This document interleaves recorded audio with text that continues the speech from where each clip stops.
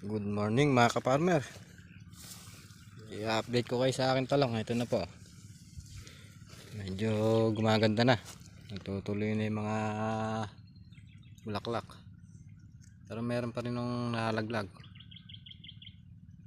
Yan, yung bagong bulaklak na po yan.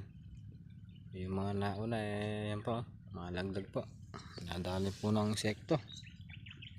Pero ngayon mukha naman pong gumaganda na.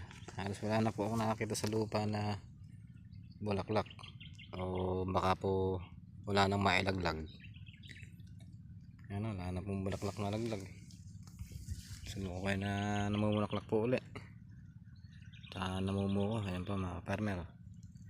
Shoutout po sa lahat po ng mga kapwa ko farmer, sa kapwa ko magsasaka, magugulay. Ayan,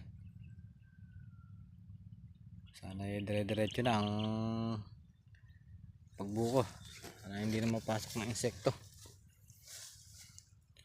So, mga farmer, hindi sumasariwa ni dahon. Kailangan talaga laging basa.